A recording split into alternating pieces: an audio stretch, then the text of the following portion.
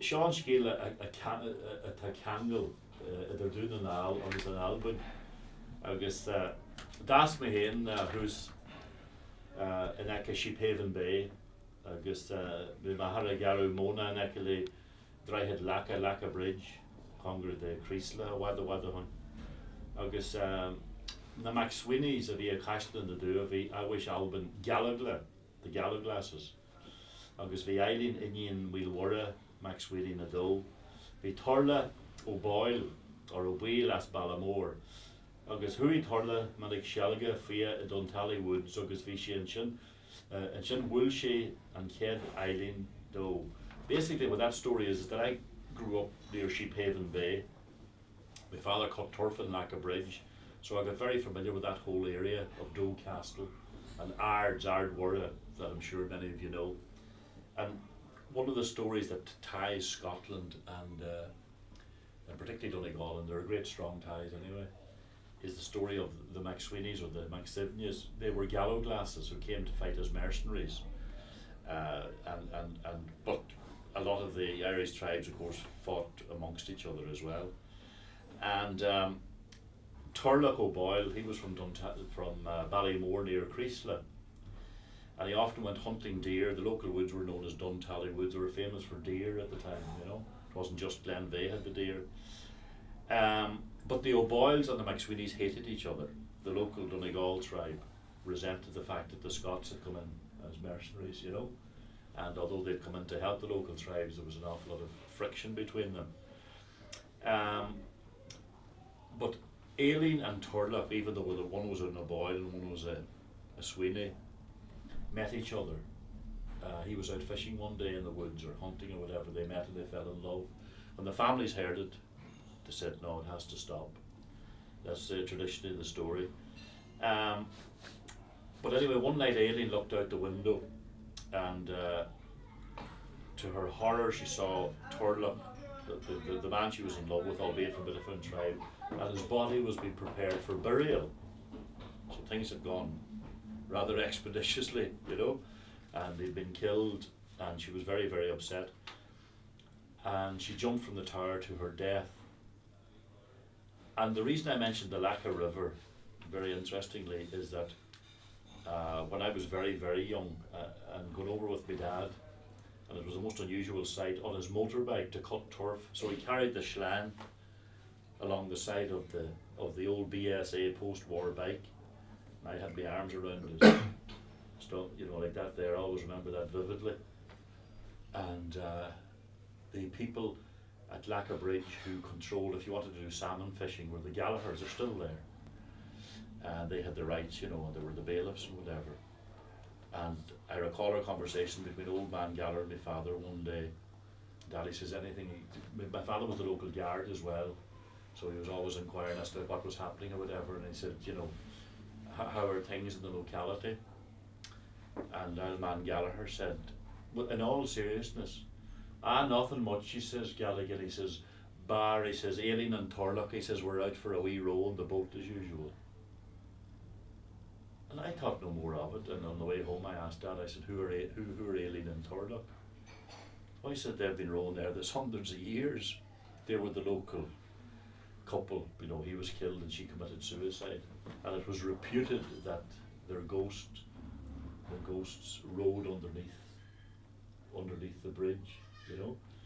And the coincidence of that was that in that particular area, we had what was called the Scotch summer in June, the 2 weeks where all you would hear were Scottish accents around Carragher. The tatty hokers would come home, and that was one division. But then the boys with the money, the tunnellers, the tunnel tigers, they used to come home, and the tunnel tigers were extraordinary because they were earning like £300 or £400 a week at that time, and that's I'm talking about the early 1960s. More money than sense. Mad to come home with brand new Ford cars, big Corsairs and Consuls and whatever. And the next thing was they would drink the bit out, and they had that much money. It was too much of a hassle to take the cars back. And the interesting thing was they abandoned the cars before they went back in all the ditches and the fields around Carrigart and Downings. and then they went back on the boat to Scotland again. And the extraordinary coincidence was that one of the old Boyle's descendants, Hugo Boyle, and I know Hugo very well, who now has one of the biggest garages around and sells cars in Carrigart. It was ironic considering the history that I'm after telling you, was that he started his business by going round after the Scottish guys had come back, lifting all their cars, which weren't wrecked. Everybody turned a blind eye to it, did them up and sold them, and resold them. So centuries after, an ancestor of his and the opposing Scottish people, you know, that had happened. An entrepreneur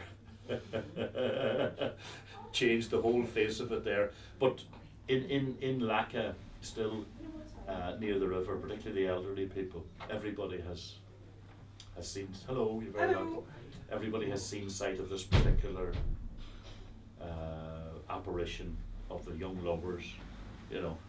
And the interesting thing about it, I suppose, is that like a lot of ghost stories have a similarity no matter where you go in the world.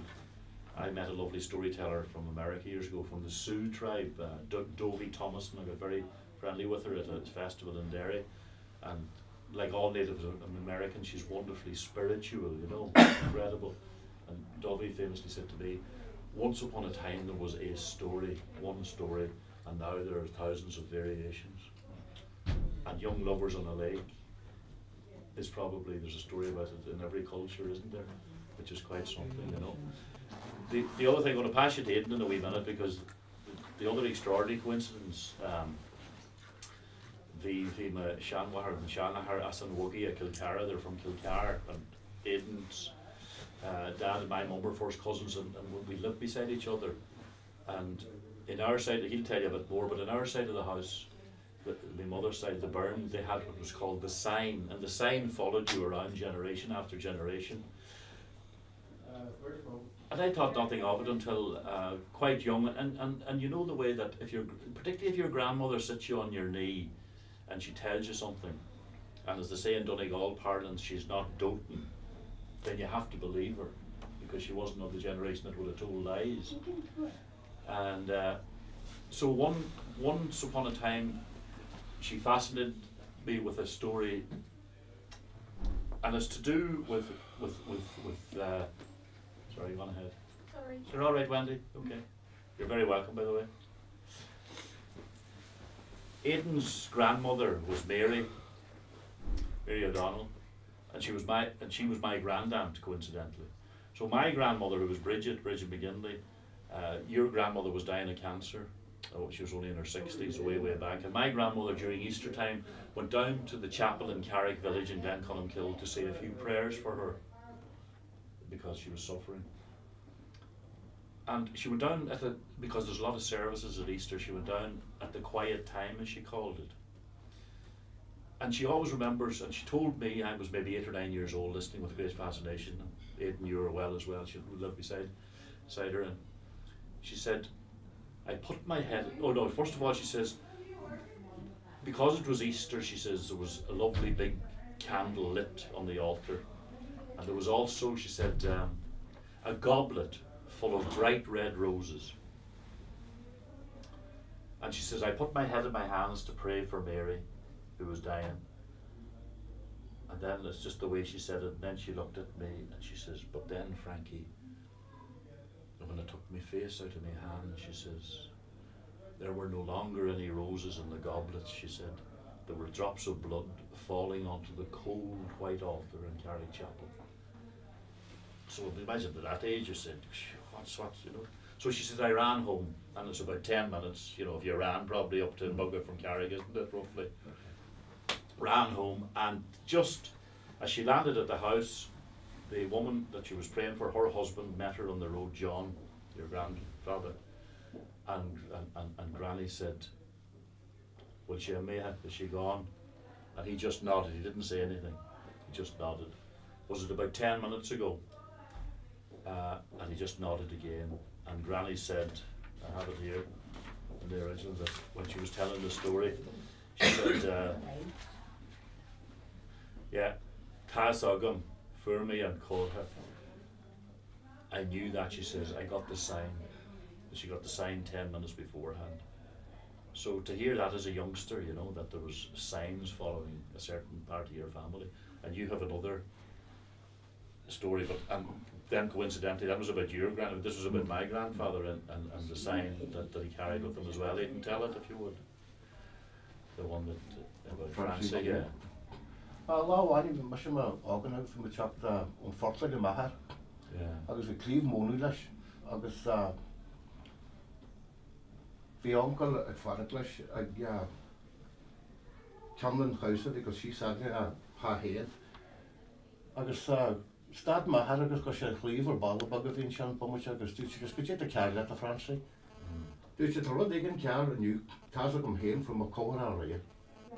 Bhí rud éigen cosú le bratach mór dúte tú an mhuite naneach. Agus bhí sé dá leis a fra deid na cuig moment a deag. Agus thu má maith agus ní éon a rud a bí mar sin bhí am.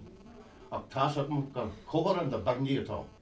Agus bhí rud éigen le an líche fan teaseo, rud éigen na méid mhaid. Agus le sin chosaigh siad ar tháinig siad gas rág a teacht a rathaíocht. Agus sé rud a bhíon seanna gur gas agus tealann agus bhreacht leis na teachtarachtaí a leigi anú ar sahan don áfa go foiste bhí a charig, telegrams agus rudí me seanna rudí teachtarachtaí bagala.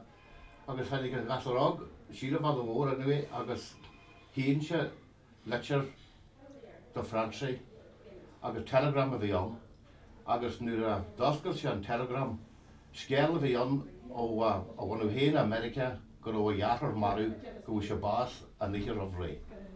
Agus bhí agus san ar maidir, sa a bhuair se an nuíoach sé a chorbé, gur ó rud éigen cear i le chláán héin ar a daine éigen sa chláán do bhhar go bhacha se an brat seo, agus cabbí rud a bhí an, brat a gcónaí a deanú na barníí a smó, a cóhara, a dacu agli offisan. Agus sin scéal fíor cos bhí mis a thar fa Jaimlín gel, ar fa Jaimlína ar an lá a hála sin.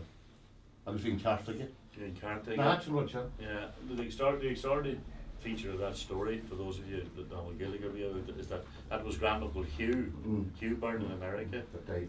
And Grandad heard was it a kind of a fluttering at the window? Like a big sheep thing, you know. Yeah. And he knew that was a sign for something. And then within a short period of time, the telegram had arrived to say that his brother Hugh had died in the United States. One of 5 brothers who went out there, all who died. One got home once for a visit, I think. And there's 2 sisters as well, was it in total? Well, we tá scéal fan the daoine cúna, you see, an ní deag ach deag. Dóna bháin le lein after na hí neag bhí ar a charig. Bhí trúir uncle ag Frank and Thompson agus bhí siad a lig an áglí na héireann, ach bhí cead bháin acu go háirí a corn agus bhí sin a captain. Agus bhí an Daniela Hugh bhí siad a áfigid de cheann lig an fásta. Ar an lá seo anyway bhí fadas teanna teacht chuig an Afran agus bhí seo máil. Agus bhíú bunú teanna máil na gcónaí go an Afran céarna. Ach bhí seo máil agus sean rud a tháinig sin a gur na dúchrónaí a taran dearthú ar teaphobal agus chuig láirí acu. Agus bhí cuite acu a gceafta teaphobal agus sin an gceafta a hagan na daoine amach ar a gcónaí. Agus bhí sa gin sin gur ó siad a curtú chuid na háblaí a bhí tíomhstíte teaphobal in Afra. Agus bhí cánan.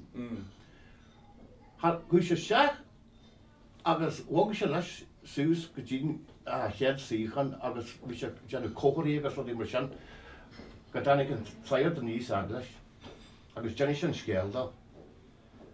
Dúirt sin saoir leis an bonú bhí istí gan bagú. Agus go gríchna sé an Afran a Scarabé. Agus nuair a bheith sé críchniche go dé sé héana amach leáfa. Agus sin rudidir runsi. Agus chu bhíon saoir sús aglas an bhí geannas na dúchrónaí bhí sé cin gceafta. Agus bhí sé geirí cóileach ar a ramat. Agus thosaigh sé gaithe agus ó magú fú. Bhí tháinig dúch ar an saoir. Agus thanta sé agus dúirt sé, well, Sean dóibh é se nniu, ní bheith tusa abal tú bagú as an áit sin bhil tú, go dtí a seach a chlog tróna. Agus sin mar atáise. Agus ní rútear fá eile, agus dag se mar stopan an dúchróna. Agus Jimmy na dílaí, agus jelly an bhanú ága leige vís na háglaí, agus Jimmy da uncle ag an tamsin, agus sin an tam a chuir siad go America. Agus vís acu go raibh siad an dhé go mór ag an tamsin. Ach, ar a seach na chlog, hannig an tair paniste amachchas a hahéan, síos adlis an dúchróna, agus níor lóirselas, ní rúte dadaí, a chréise a chean mar sean, agus Jesus bhí seán reit a rís, agus Jimmy siad, agus níor hannig siad a rás chun le Galligan for cúg bhí dhéag, a sinna cúacht bhí agla miltena áthú, rah cúacht an tair, agus sin scéir fílinne.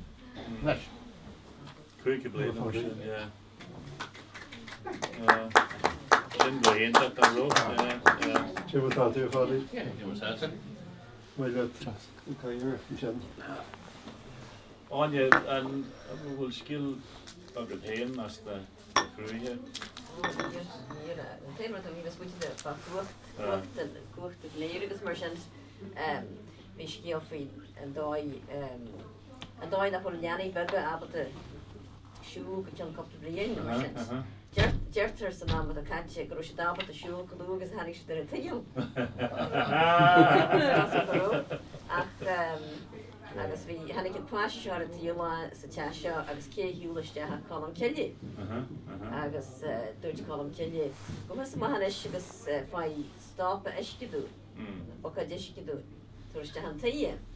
Agus os gasa go ruúte nearú na rónéí hat ar a tíol na nearú sé. Iúta seo gána scarbe. Hi, Frank. Hi, Chris, how you doing? Do you want me to bring it? Can I drink?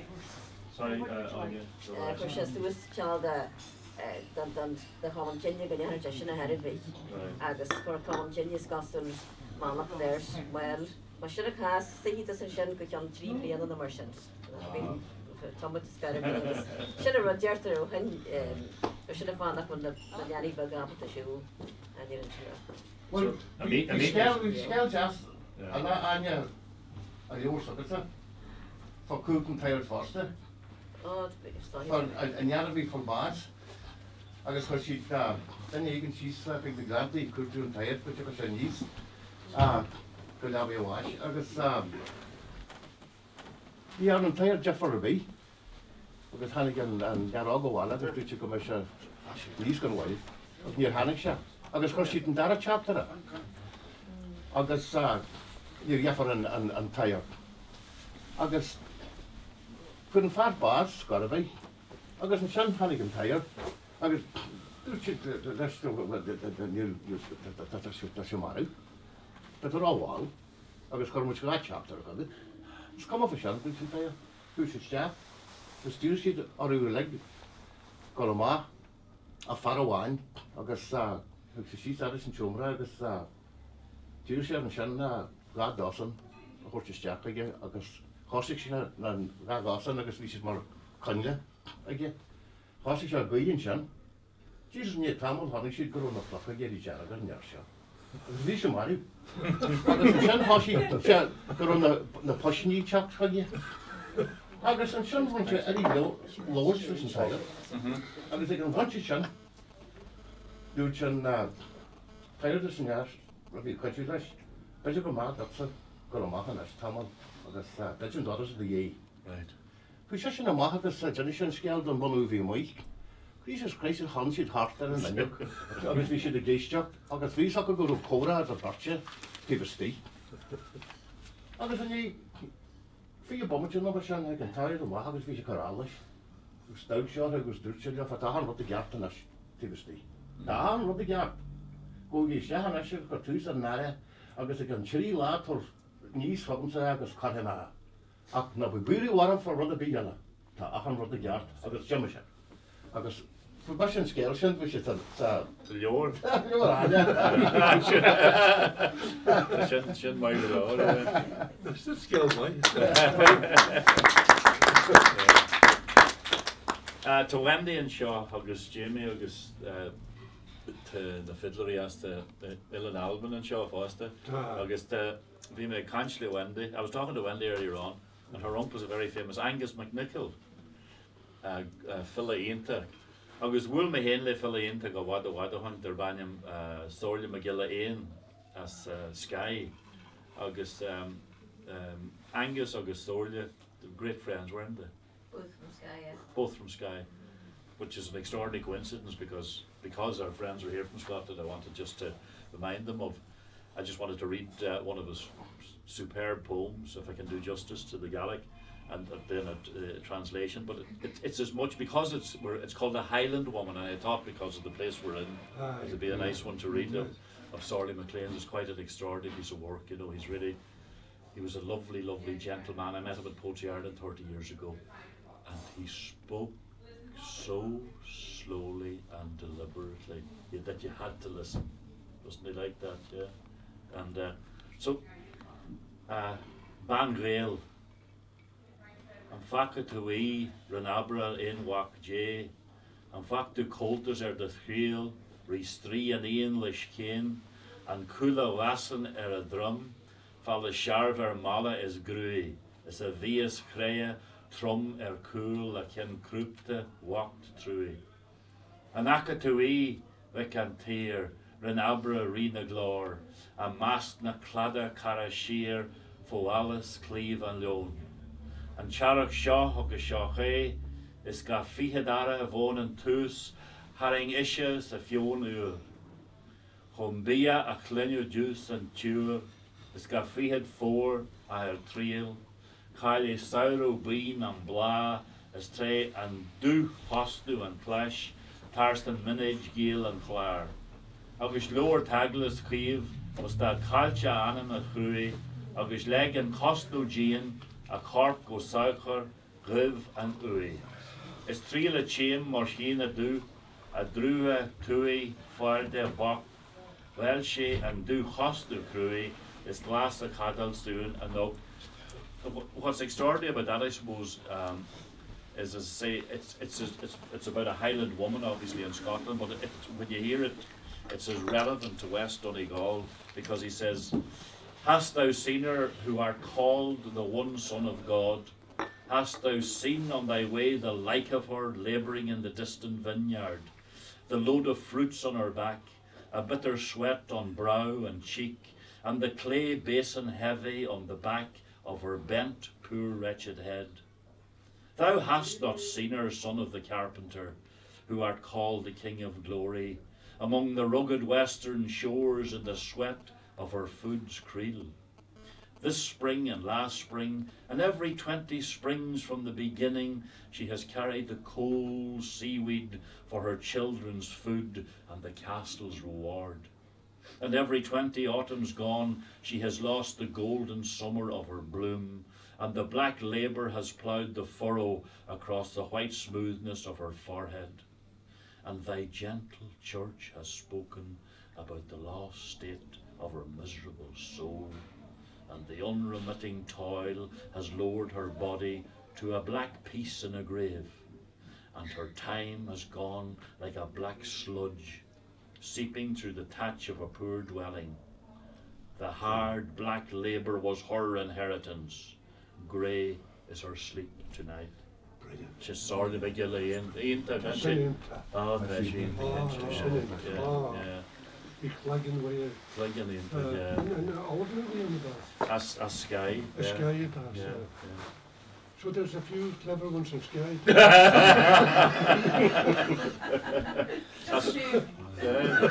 Speed money vote, yes, of course, yeah. It wasn't all one-way traffic. No. No. Like Vinci, my brother. Yes. When I think it was Andrews or one of the Alan, what do you call him, Peter? No, Alan. One of them said to Vinci, Yes. "You're playing all our music over here." Right. Vinci says, "We had to store it for you." That was a very quick answer. Well, we had to store it. Yeah. Oh, yeah. They should go into, yeah. Well, I tell a wee story. Please do. Oh, my You God. know, it's just come to me head now with that. Yes. It's a kind of a wild story, but Good. it's supposed to be true. I better. No, no, you have to say, of course it's true.